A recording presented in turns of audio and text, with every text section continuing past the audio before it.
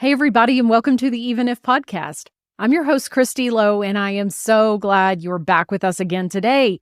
Hey, before we jump into today's episode, are you subscribed to the newsletter? And if you're not getting my emails, go to christylowe.com/subscribe. Get subscribed to that newsletter so that you keep up with all the latest and greatest things that are going on around the podcast. And we've got so many plans in the works, and I don't want you to miss anything. So go subscribe to that.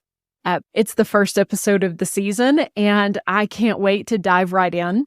We have Jon Kidwell on the show today, and if you don't know Jon Kidwell, he's somebody I want you to get to know. I'm glad that I get to introduce you to him because he just has a really neat way of looking at how we go about changing the things about our lives that we want to change. And you know what? It's this time of year. We want to change things. We want to better ourselves. We set New Year's resolutions. If you listen to the last episode before Christmas, I told you don't break your New Year's resolutions before you listen to Jon Kidwell, because he has some tips for us today that we're going to show us how we can go about making those changes and how we can communicate them. And so if you are in that space right now where you are trying to do better, be a better version of yourself, I want you to know that I am cheering you on from this side of the microphone and the camera for sure, because I want all of us to be the best versions of ourselves, the way that God really created us to be. But I don't want to dawdle. So I'm going to quit yapping. You know how I like to do, so that way I can get you into that conversation that I had with Jon Kidwell. So here you go. You guys enjoy. Hey, Jon, welcome. Hey, Christy. Thanks for having me today. You're welcome. I am so glad you're here. We are, it's a new year. You are the first episode for 2024. I can't believe it. I know. Can you believe it? And I mean, we'll pull back the curtain a little bit. You know good and well we're recording this well before January. So I feel like we're like pretending it's January right now. Yes. But it's even before the holidays. We're in November right now recording. That's right. We had a little toast before we went through New Year's, did our own countdown, all of it, just so we could get fully mentally prepared for this. We totally did, y'all. We totally did. So we're talking today, which is awesome. And I'm so glad that you're here, because we're kicking off the new year with a conversation that is just perfect for us as we're rolling into the new year. And we're talking. Where I got it, just to give the listeners, Jon has a podcast, and I was listening to his podcast one day, and he started talking about rehiring your best self. And that's what we're talking about today. But before we start talking about all that, I want the listeners to know a little bit more about you. So tell us a little bit about yourself, how you came to know Christ, and how you ended up here today. Well, we don't have enough time for all of that. But what I will tell you is that I came out of the Midwest, Illinois, Michigan upbringing. I was raised in a strong generational Christian family. So I'm grateful for being able to know God and know Jesus from an early age. And eventually, economy, jobs, the love of my life that I'm now married to, all of those things moved me down to Texas. And so I've been in Texas for 15 years, Houston the whole time. Yeah. The old wasn't born here, got here as fast as I can. And now my kids are going to be more Texan than I ever am, all that fun stuff. Right. And as a part of that journey, I went through being a teacher. And then God pulled me over on the side of the highway one day. Said, I understand you think that's what you're going to do. And your grandpa was a principal, and your great grandpa was a principal, and your uncle's a principal, and your mom's a special ed teacher for 30 years, who's now a school administrator. But you're not going to do that, bud. And I got different plans for you. And it steered me more in the leadership and business space. And I moved over to the Y, where I had worked since I was young, teenager, and kind of came back into that. And that is really where I started to figure out my desire and my ability to lead, to work with people, to serve people, but also to do business, and to do business for causes and missions that I really care about. And that still kind of bleeds through everything that I do. And while I was there, I had great opportunities, a lot of hard work, a fun season, a challenging season, but it resulted in 7 promotions in 6 years. And so for me, in the course of under a decade, I went from teaching elementary school PE to being a VP in a global not-for-profit organization that was in the hundreds of millions, leading 1,100 people, a whole bunch of volunteers, and responsible for a good chunk of the business.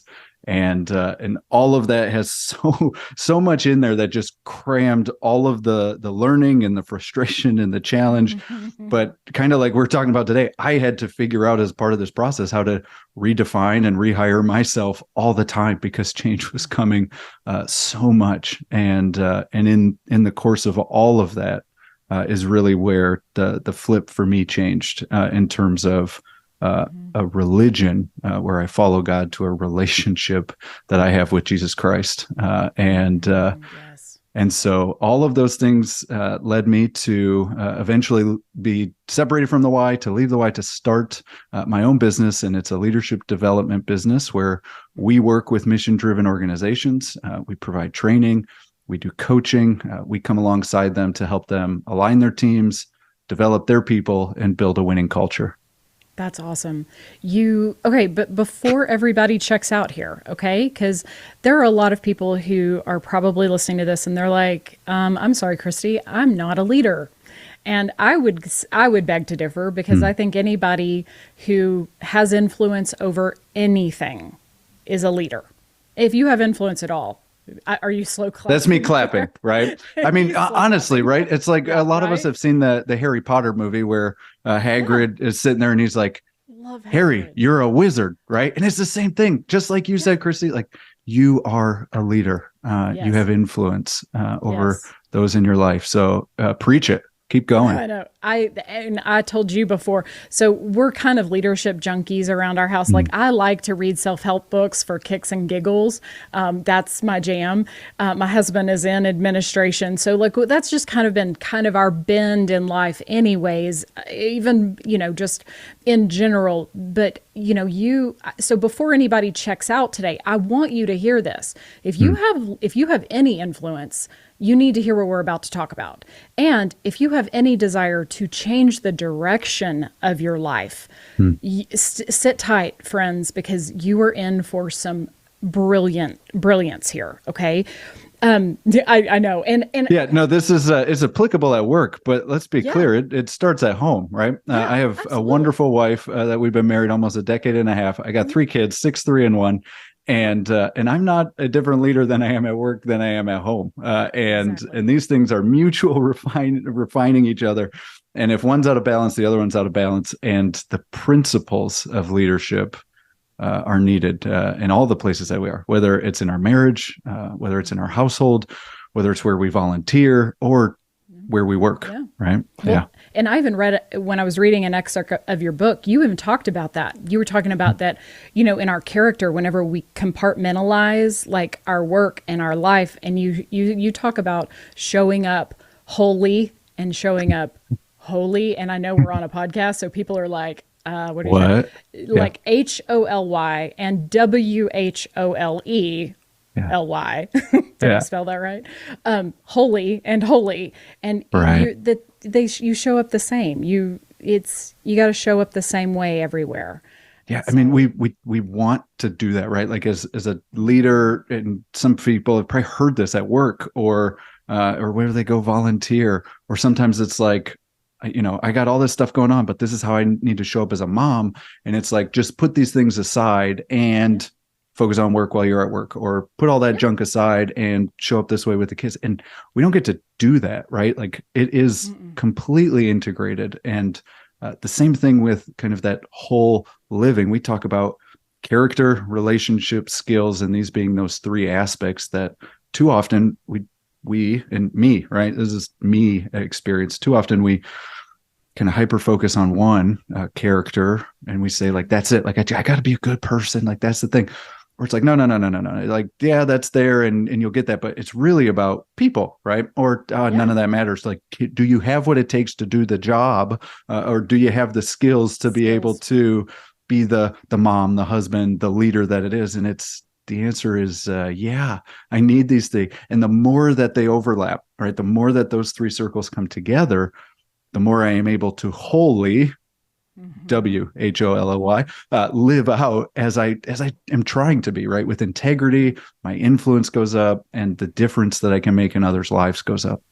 Yep, you're right. Well, and we're talking today about rehiring your best self. And I don't know how you feel about New Year's resolutions. I kind of feel like New Year's resolutions are like that thing we all do.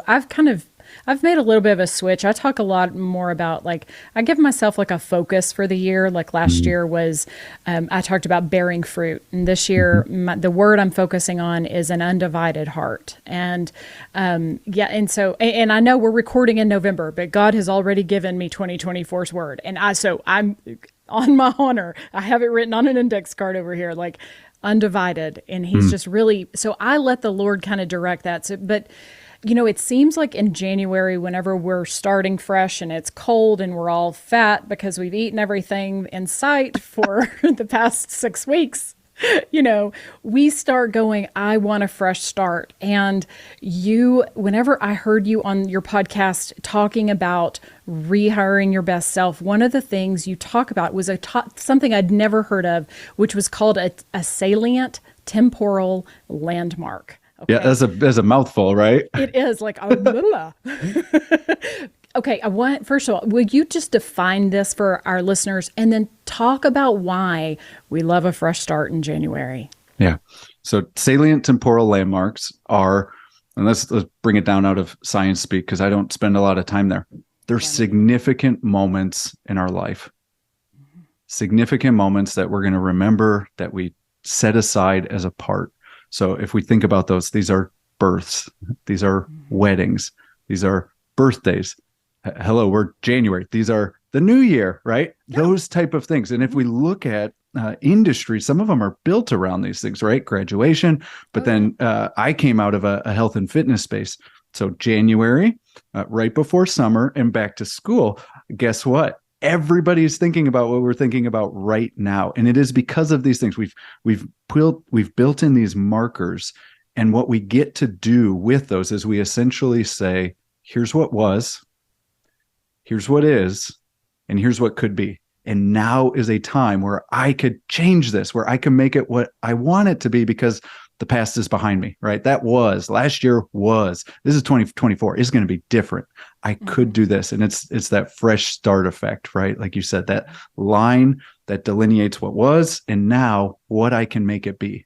And so those are really them. And that is why, January 1 is such a big one, because not only do we get that fun celebration, we do the countdown. I mean, everything changes. We change the calendar, we change the year. Like it is just this massive flip. Most of us in business change the P&L. It's like, all right, baby, fresh start, right? I mean, everything changes. Yep, you're exactly right. And so when I'd never heard it called that, I just never heard the scientific word for it. And it gave me some language around what we all feel. And so I think that's such a brilliant thing. I love how God just wired our brains and he wired us in such a way that we were going to crave that. Like we crave a fresh start. We crave the routine. We crave that, I don't know how y'all were in college. At the beginning of every semester, I would go, okay, I'm going to be super organized this semester and I'm going to have all my notebooks and I'm going to have all, my all planners and, all the things. But I love that, it just kind of was like a little reassurance, yeah, this is the way God made us to be. We need this. And I keep saying this phrase, but I think it's so important of this rehire your best self. Yeah. Because so often I think we feel this shame of that we haven't been our best self. That's where, or we feel this disappointment. We've let ourselves down or we've let other people down. And, you talk a lot in the realm of leadership and business. And we have agreed today to talk through this as just that this applies to everybody. You talk about that there are 3 things we can do if we want this year to be the chance for us to rehire our best self. So let's talk through those 3 things. Let's do it. But first, could we before we do that, because those 3 are good, but rehiring your best self, I just don't know if anybody feels it like I do. I think so because I work with enough folks and we go through enough coaching, but let's just cement it home. you're sitting there thinking, what does it mean to rehire my best self? And here's it for me, right? One is a husband, second is a leader. One is a husband is sometimes I'm sitting there thinking like, oh, you know what? I know how I am showing up isn't how I could show up for my wife. But like, if I step into that, that's weird. And she's going to look at me cross-eyed like, why are you different? Like, what happened now that you pick up your socks? Or what happened now that you decided to come over and sit next to me on the couch and say, hey, babe, how's the day? What happened now that you are making this change? Right. And it's awkward and it's weird. And it's like, they're going to judge me and they're going to be like, quit being weird. Like, that's not how you act. So we don't do that. Right. And I found working with leaders and personally, we do that with our teams. We'll go through like this leadership training and we'll learn this new thing. We'll read the book and then we go and show up and we're like, well, I sure know that I need to change the way that we're doing meetings, or I need to step into more crucial conversations, or I need to be able to set expectations with the team, or maybe I just need to tell my team that I love them, but that's not me. It feels so weird. Yeah. It feels so weird. And so then what I found myself doing was like all the new people that were coming were getting the new and improved John, right? And all the old people were getting the old John. And I looked at this place. I was like, I don't even know how to hold this together anymore because so-and-so over here, everyone that's been with me for 3 years has like the B version of me. Everyone over here has the A version of me. And when we get together in the middle, it's like, I got to figure out how to be A plus B, right? Like this new blood type. And so I just find that we do that in a whole lot of places. It could be marriage, it could be with kids, it could be there. And so we need permission to just rehire your best self. And then, like you said, go into how do we actually do that? Because it still feels awkward. Yeah. Well, and that's where I think thank you for stopping and just bringing that back. Because, sometimes I will have processed something and I'm already like 3 steps ahead. So thanks. I'm glad you stopped. Thank you. I appreciate my pleasure. That. Yeah. But I think you're right. There are times we want to make changes in our life. We want to improve something in our world. And it just feels weird. And we're afraid of what people are going to think whenever we do something different. We're afraid of how people are going to react.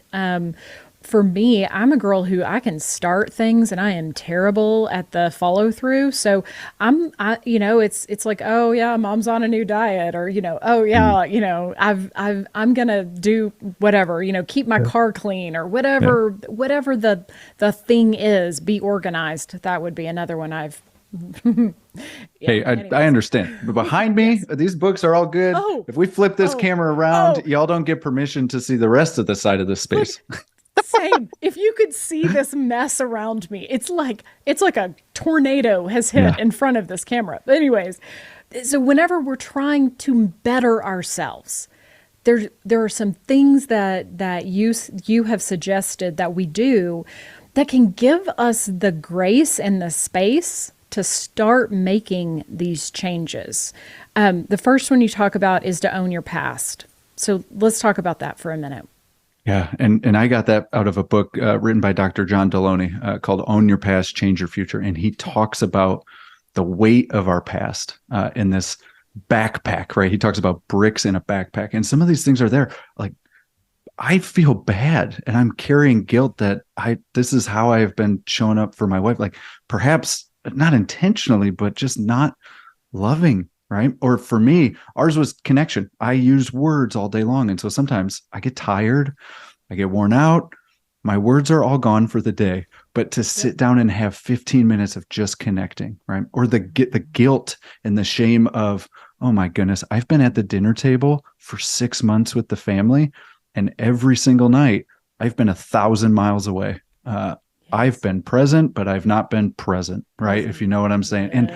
And so to be able to acknowledge those things and to look at them and say, yeah, that happened. And those are trivial, right? Sometimes there's much deeper pieces. And so for me, when I exited the corporate world, one of them was I had an identity complex that was completely wrapped up in the work that I did. And there was a lot of shame because I tell people I got fired. Apparently that's not what getting laid off is, but whatever. I took it as all the same. But so I have this identity piece that is tied up with me, and I'm feeling ashamed because I had an idea about, oh, people that got let go, like they really got fired, right? And so I had to work through all of those things and look at myself. And I walked into this space, and there was a gentleman. He's a wonderful gentleman, and he had been released from an organization for 13 years. He was holding a certain level of responsibility there, and now at a golf course, he was holding a different level of responsibility. And there's nothing wrong with that if we're stepping into where we're supposed to be. Right. But the shame, the resentment, all of everything that he was still bringing forth, that he just seemed so unhappy. This happened about 6 months after I got separated from that work. And I thought, that can't be me. What do I have to do? And so I had to acknowledge what was going on. I had to forgive myself. I had to seek forgiveness for some things. I went back and had conversations with individuals so that we could go through. Because what I found is if we bury things that aren't dead, they don't stay buried. They just keep coming back up. And they stink. And they say, there you go. And they stink. And they do. You're right. They don't stay down. And I don't think people think about whenever they're trying to make a new step forward, like when they're trying to move forward in life, they just want to forget the past. They want to forget, and they want to act like what they had to deal with or what they went through didn't happen. And I think that's such a mistake, because if you just own it and say, this is what I did, this is what happened, this is what happened to me. There are a lot of people that owning the past just means acknowledging the truth of what happened to them as young people. I think. And as we take it into a biblical context, that there is an acknowledgement and repentance, right? Being able to see what is, and then to turn from that and turn toward something else. And that as a part of that, there's forgiveness can enter in, right? But we're able to turn from and turn toward God or towards something new in this scenario. But again, that is what allows forgiveness to be given and to be received. I know I've heard people say, I forgive you, and sometimes it's hard to receive that. And so it's being able to acknowledge, own the past, turn from it so that we can turn towards something else. I agree. Absolutely. And before we move on to the second, the thing that crossed my mind is that I know there's a lot of people right now that are trying to be healthier. That seems like the thing that everybody wants to do. We all want to be healthier. And last year, so in 2022, I made the decision in 2022 that I was going to get healthier. Like I was not, speaking of rehiring your best self, I was not at a weight that I was proud of. I was not physically where I wanted to be. And so in January, I just made the decision, okay, we're changing some things. And I think what can happen, for anybody who's listening, that is where you are, I can tell you with experience that how many years in the past had I said that, and then by like January 7th, I was like, screw this, sugar sure is good, or we would make it a month or two. And what is the statistic on how long people keep their resolutions? It's going through my head because we used to know it, right? Being in the fitness industry, but it's somewhere between like 88 and 95% are gone by Valentine's Day. So it's extremely high. Yes. But so that being said, I made the decision, okay, I'm going to be healthier. This is what I'm going to do. It has been when I say painfully slow to change this ship and to get healthier. Oh my gosh, it has been, I've wanted to I give up like 4 or 5 times a day. And then I'm like, no, okay, I'm going to get back. Okay. All that being said, the thing that changed for me this year, and why I think what you say about owning your past is so important, is because owning my past means that I can look back at the times I have failed, and I can see where I went wrong. And I think perspective is something we get whenever we own our past, or we own the shame we're carrying, or we own the failed attempts. When we can talk about that candidly, even just privately to myself, and go, man, I remember 2 years ago, like, there's what I did. when we can own our past, it gives us the freedom to go, that's what I did, but I can learn from that and I can move forward. Yeah. Mhm. You're probably preaching to the choir because this is so fresh on me, but yeah, anyways. The second thing you talk about is communicate that you're practicing. Yeah. Okay. Please talk about this because I'm just going to be honest. Sometimes it's hard for me to talk to other people when I'm trying to make a change. I didn't tell really anybody early in Mhm. 2022. Wait a minute. This is 2023. Have I been saying 22 this whole time? It's Oh okay. my I'm God. with you. I have no idea what year it is. I haven't known for about 5 years. Between the children and the COVID and everything else, I'm just lost. So I'm just tracking along. Yes, Okay. we're in Okay. 2024 now, but whatever. Yeah, see, this is what happens whenever you record in advance. Okay, so 23 is whenever I started this. And at the Yeah. beginning of 2023, for those who are completely confused at this point, I didn't talk about it. Like I Hmm. didn't, because it was like, oh, well, I'll probably fail again. Like, oh, why do we need to talk to people and how do we That's communicate with that's people? usually the actual part of it. It's like, oh, wait, Yeah. how do I actually do that? Like, I get why, kind of, so people understand that I'm behaving Yeah. different for a reason, so that I Yeah. don't get the side eye. Like, does Mm-hmm. he does he know that he's different? Right? They're starting to own the past for us and Oh acknowledge, yeah, like like, whispering behind your dude, you back, are like not like you used to be. Or like, yeah. if you're back to my example, right? Spending more Mm-hmm. quality time connecting, being Yeah. around next to my wife, like, Yeah. why are you doing that? Well, Yeah. It feels it's awkward. So hard you're and like, awkward to be like, because I feel why? like I haven't been that attentive and loving. And so I'm sitting here next to you. Like, nobody Mm-hmm. actually says that. Perhaps we should, but Maybe. we don't, right? Yeah. And so communicate that you are practicing. Okay. Here's why, right? Is all of those reasons, but also so that you don't have to be perfect, because Mm. you're not going to be perfect. It's January the 9th, right? When this is going out, it's January the 12th, and you've been at this for 11 days minus one because you thought about it for a second. Like, it's Exactly. not going to be perfect. And one of the things that I remind myself often is, while perfection is to be desired, it's not realistic, right? Yeah. Progress is the thing that we are shooting for. And Yes. so communicate that you are practicing. All of a sudden, just that practice word means I'm not going to get it right 100% Yeah. of the time. Craig Mm-hmm. Groeschel actually says, remind yourself you're in training.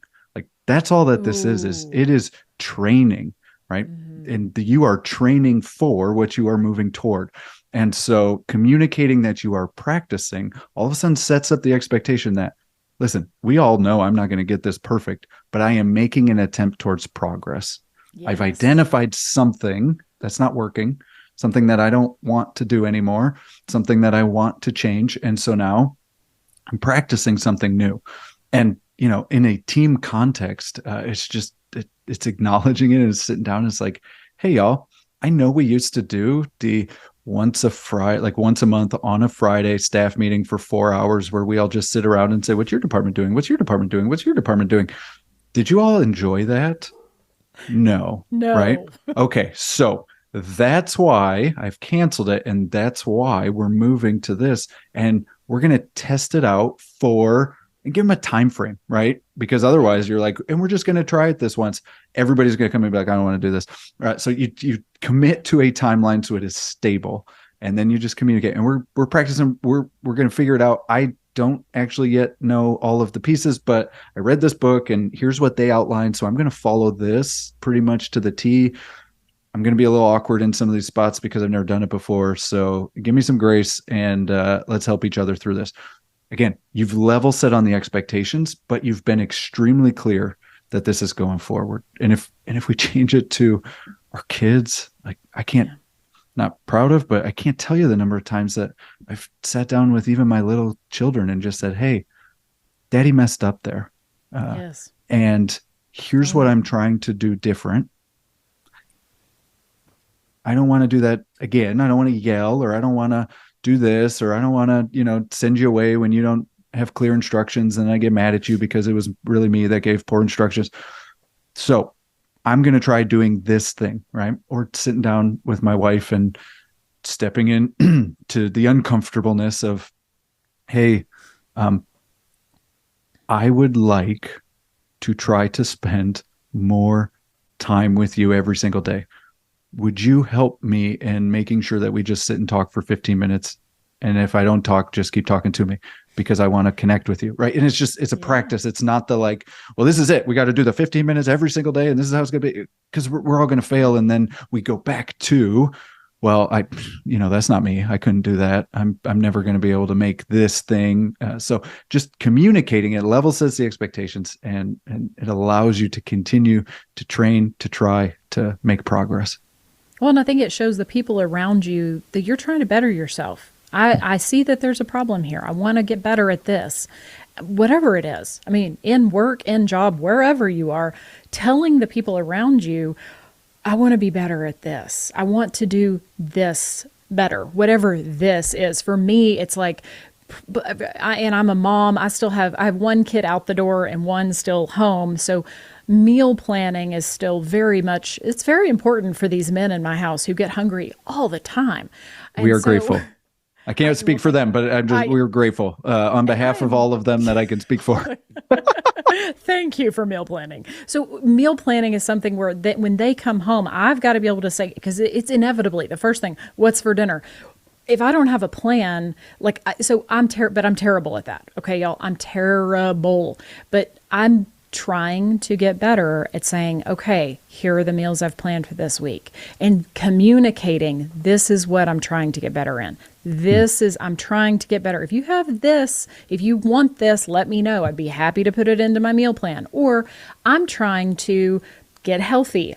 So whenever I lace up my tennis shoes at 6 p.m. and go for a walk after dinner or whatever, you know where I'm going. You know what I'm doing. There's so many reasons why just telling the people around you, and I don't think you have to broadcast it to the world. No. I'm just gonna say, but the people who matter in the situation and are integral to your success in this, I think you just got to talk to them.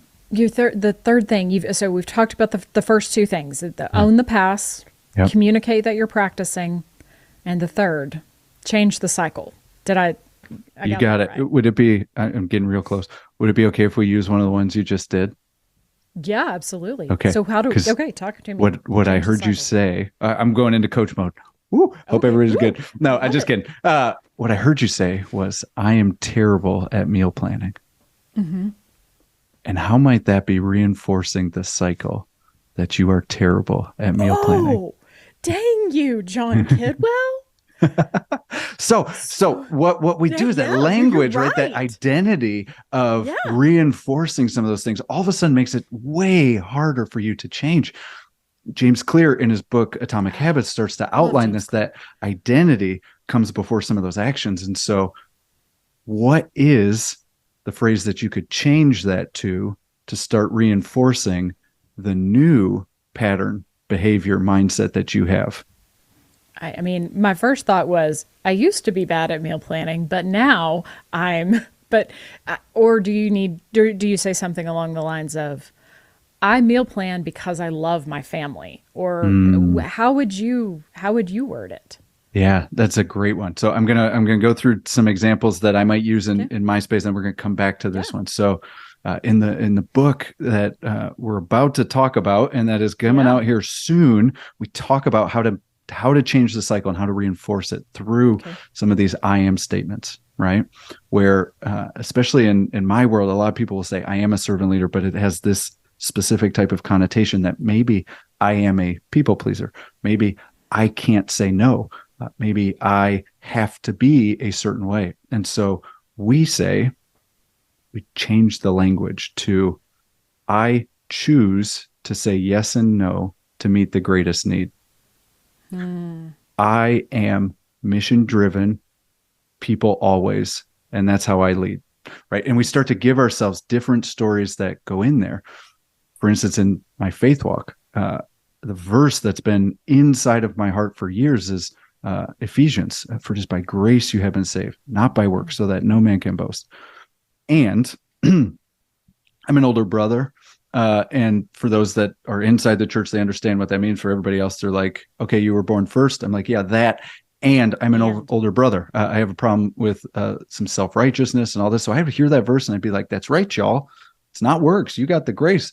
I'm going to keep doing the works because I'm good at it. Right. So like all of these things are happening there. And I told you I had that switch from religion to relationship. And all of a sudden I realized that, I am chief of sinners and that I need that grace. And that verse was for me as well as all the rest of them. And so the thing that changed for me was I would start to tell myself and remind myself, my place in his kingdom is secure. Because I was really telling myself, I'm a child of God and I got to work to make sure that I'm good. Right. So changing those things. So let's go back to yours, right? I'm terrible at meal planning. As you've heard any of those changes, how might you reword that, Christy? I'm also a people pleaser, so I want to get, and I'm an overachiever, so I want to get the answer right, and I want. That's okay. Here's the thing. We're just practicing right now. So you're going to give me permission to practice here, but I would say something along the lines of, I don't want to lie. I don't want to say I enjoy meal planning because I don't. Yeah, but perhaps something like. Oh, go ahead. You got it. Go. I mean, I think where I went was, if I'm going to rewrite the script, can you tell I'm thinking? You're making me think. I know. Sorry. No, that's okay. Instead of saying I'm terrible at meal planning, I can say it is a privilege to meal plan. Ooh. Why? That's a great one. Because I mean, these are my people. These are the people I love. And instead of focusing on what I have in the past been bad at or terrible at, as I just said a minute ago, I can tell them, hey, listen, I'm going to start working on being better at this. And then I start telling myself, saying inside of myself, it is an honor to plan for these people. It is a privilege to serve them. Yeah. Okay. I am one who serves, and one of the ways I do that is through meal planning. It is a privilege to meal plan because I have people to meal plan for, right? All of those things just start to reorient and rewire and really just move us away from the every time you move into meal planning, or every time I move into a difficult conversation, or every time I move into X, this, I'm telling myself the whole time, oh, I'm bad at this. I'm terrible at this. I can't do this. I have to overcome these things that are so bad. Instead, we start to reorient ourselves, change the story, change the mindset so that we can change the cycle. Just now, like just in that moment where you said, I want you to reframe this, and what that did inside of me, and this is real time, y'all, this is not scripted, y'all, for the record. I went rogue. You did. I love it. What happened in me physically was I felt a peace. Do you know how empowering that was to say the words? It's a privilege to get to serve these people. It's a privilege to be that for them. That sense of peace that just came over me. Like there was a space in where I went, I don't have to feel guilt or shame for the times I was bad at it. I can just embrace that. Ooh, look at you. You are a sneaky feller. This is brilliant. I love that. And man, okay, well, I'm going to have to start. Here's what I'm going to do. I'm going to start making a list of the things that I will catch myself saying, I am statements that are faulty. Like, what are the fault? In fact, I have it written. I write things. I have a dry erase board over here, just a big, huge dry erase board that I write things. And for about the past 6 months, I've had this sentence. What are the faulty things we tell ourselves? What are the faulty stories we tell ourselves? And I think that's part of the reason why change is hard, is because we believe things to be true that may not be true at all. Amen. And we actually go through for servant leadership and specifically, which is what the book that I just wrote is all about. We go through 10 myths that there are about servant leaders that need to be replaced, right? Okay. That servant leaders are people pleasers, that servant leaders have to always be available, that servant leaders have to be permissive, that servant leaders can only show up with a bleeding heart And I'm no doctor. You said your husband is, but from what No, I know he's about not. him, He's an administrator. oh, he's an at a administrator. Well, he's still good. Yeah, yeah, He yeah, understands the concepts, right? But from what yeah. I understand about a bleeding heart is that it's a ventricular rupture, and those result in death most of the time, right? And so replacing those and figuring out what's the false narrative that exists, that then what do I need it to be? What is it actually? How can I orient towards truth? And thank you for going there with me, and then also sharing, because it's so great for all of us to be like, oh yeah, there's peace. And for me, inside of this process and inside of writing the book, I find a freedom where I get to actually bring gifts and talents that I have. I get to actually serve. I get to actually lead in all of these places when I continuously work through these things. Yes, you are spot, man. You're hitting the nail on the head. And now I'm starting to, and I bet our listeners are probably doing the same thing. Wherever they're trying to improve themselves, whether in work or personal life or both, or like I went to the faulty statements that we tell ourselves of like, well, I've failed every other diet in the world, or I've tried to lose weight a million times. Reframing that of I want to honor my body. I want to honor the body that God has housed this soul and spirit in. I am a healthy person who eats this. I'm a healthy person who is active this many times a week. I am a healthy person who orients towards, whatever that might be. Healthy eating, exercise, self-care, whatever it is. I am this, and this is what I do. Yes. And you mentioned, and we're going to link stuff in all of the show notes on we'll talk about that a little bit here in a second, about how people can get your book that's coming out January 17th, by the way. Yes, soon. I know it's coming up so fast, especially by the time this drops, but the name of your book is Redefining Servant Leadership. And you talk a lot about the way that, can I ask you a question though? Because as we have talked today, first of all, you have the word redefine, which means that you had a definition of what a servant leader was. Yeah. Okay. Tell me what your definition of a servant leader is. And as you have redefined it, how do you define it now? It's a great question. If we pull this all the way back, you actually almost did it right in the very beginning of the episode. So I'm excited to share it with you. Before I do, what I will say is I defined it a lot by me, by the perception of the world, and by what people were telling me. If you are a servant leader, this is how you have to be. You combine that with the fact that when you go and look, Google servant leadership definition. Mum's the word. You're not going to find anything. The best thing you're going to find is it's going to point towards Robert K. Greenleaf, who wrote The Servant as Leader back in 1970. And they have a philosophy statement around it. But everywhere else, it's nothing. And the closest thing I could find was this circular definition that a servant leader is one who serves. I'm like, I got that, but I don't know what that means. Give me some teeth to that. Give me something, right? Because all I'm doing is like, I get it. Serve. But I needed something that gave me that. So I went through, and it was between Greenleaf and Maxwell and Lencioni and Collins and all these others, just kind of pillars of leadership. And I went to the Bible and said, like, how might this be described? And it took me to Philippians 2, where we get Christ's example of humbling himself even to death on a cross. If we look in Matthew, it's the first shall be last and the last shall be first. And I pulled the thread in a different way and started looking at King David, who is phenomenal. Like, if you ever want to go now, we know that every hero in the Bible, except for one, was a massive failure at the same time, right? Like, we missed the mark. Absolutely. All of us we're human.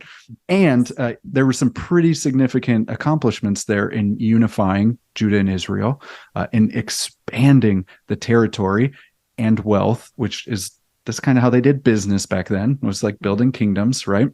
And we know Solomon was the richest and wisest person to have ever lived. And almost everything was passed down generationally back then. So you think about, okay, if Solomon was that wise, how was David? And here's what it says in Psalms. It says that David led them with a sincere heart and a skilled hands. So I started just pushing all of these things together. And for me, I wrote that Servant leadership is the act of influencing the attitude, thoughts, and behaviors of others toward a shared purpose. It's the act of influencing the attitude, thoughts, behaviors of others toward a shared purpose. If we don't have that shared purpose, I can't actually influence you anywhere. I can only hope to command, to control. And everybody that has a child is like, amen, I understand. If they don't want to do this, it's going off the wheels real fast. And then for servant leaders, the thing that it's like, hey, you get the extra amplification when you take all of that and you really want to amplify it. It's by willfully giving up personal standing in service of that mission. If I can willfully give up my pride, possessions, position, all this stuff that I'm holding on to that gets in the way of a relationship with a spouse, with being the parent that I want to be, with leading the team how I want to lead them, with being able to bring others into the fold. If I can give up that stuff willfully, my influence, my integrity, my impact are going to explode, amplify even more. Yes. That is brilliant and beautiful. I've read excerpts from it, but I'm excited to read the whole thing. Cause like I told you at the top of this, we are huge self-help leadership junkies. Craig Groeschel's leadership podcast. Oh, love. So good. It's only once a month. And I'm like, could you please do more? So somebody should text him and be like, hey, Craig, yeah, right. Craig, I know you listen to this. Okay. So if you could just go ahead, have Jon and I on the show, and we would do it. I mean, we could totally rule the world, couldn't we? Yes. What? No, just kidding. No, I could not rule the world. Please, Lord, no. Well, and I want to wrap up because, as it turns out, people, we probably have other things we have to do today, you included. But before we go, there's one more thing I want us to talk about. And I think you talk about this in your book too, but you talk about giving yourself permission to try new things. And I think that's one of the most empowering things that's an empowering concept. Whenever you say you have permission to try new things. Okay. I don't know if anybody else needs permission, but today Jon and I are giving you permission to try new things. But why do you think that is important? What does that do to us mentally? Mentally, we can actually step into, because if I don't have permission to do it from myself, I'm never going to go into it, right? Mm-hmm. But knowing that that you have permission from yourself and that you're going to communicate that to others, they're not only going to give you the permission to change, they're actually going to come alongside and help you to do that change because they care about you. So the permission to change, right? From Christy, from myself, from saying, you have permission to change these things. And if you have a faith in Jesus, you've actually been shown that you've already been made new. So that permission to change and be made new has already happened.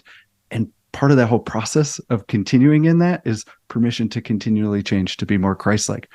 Pull it out of that kind of biblical, put it in the practical, and it is the same thing. You have gifts and talents that you can use to serve. You have kids that are continuing to grow, and you need to grow to be able to do that with them. And frankly, if we go and look at how often does our body completely turn over, it's like every 7 to 10 years, your whole body is new, every single cell. So you are becoming new all the time. You have the permission and your body's doing it. And we have a God that has shown what it is like to completely make people new. So permission to change is there from us, but ultimately from God who has made you and created you and sustained you. And so the permission is there. And once you accept it, then you can step into it. Man, I'm so grateful you have come on the show, buddy. What a gift. What a gift to have this you has here. been so fun. Thank you, Christy. This has been a joy for me. Yeah, absolutely. Well, okay. Tell people where they can find you. So the company is Leadwell, and we do leadership development training and coaching. And it's leadwell.com, Leadwell. And for me, it's Jon, no H. You can't hear it, so I don't use it. It's just JonKidwell. And if you find that on LinkedIn or Instagram or anywhere, you will find me. Okay. All right. Tell people I know that the book is for pre-sale currently, and It it comes is. out And we do have some January. bonuses that are going to come with Oh, that. So if you get in there super quick, right before January 17th, we have some okay. bonuses that we're going to give you as a part of that pre-sale. If you go to redefineyourservantleadership.com, you will get to a page that gives you all the instructions and everything you need to know to be able to do that. Perfect. I love it. And I'll put all of that in the show notes for you guys. Jon, thank you. Jon without the H. Thank you That's right. for being here. Thanks, Christy. You are precious. Guys, thank you so much for joining us today. If this has been a blessing to you guys, first of all, rate it, review it, share this with a friend. There are people in your world who need to hear these words today. And so whoever God lays on your heart, send it to them. Just click that little forward button. Y'all know how to do it, and give it to them. And if you want to, tag us on social media. Share it on social media and then tag us, because we love that. We'll repost it. We will absolutely interact with that because that is super fun for us. Jon is also a podcaster, so he understands the vacuum that we live in as podcasters. Mm-hmm. So please let me know what you think about this. Share it. All right. Thanks for being here, and good Lord willing, I will see y'all next week.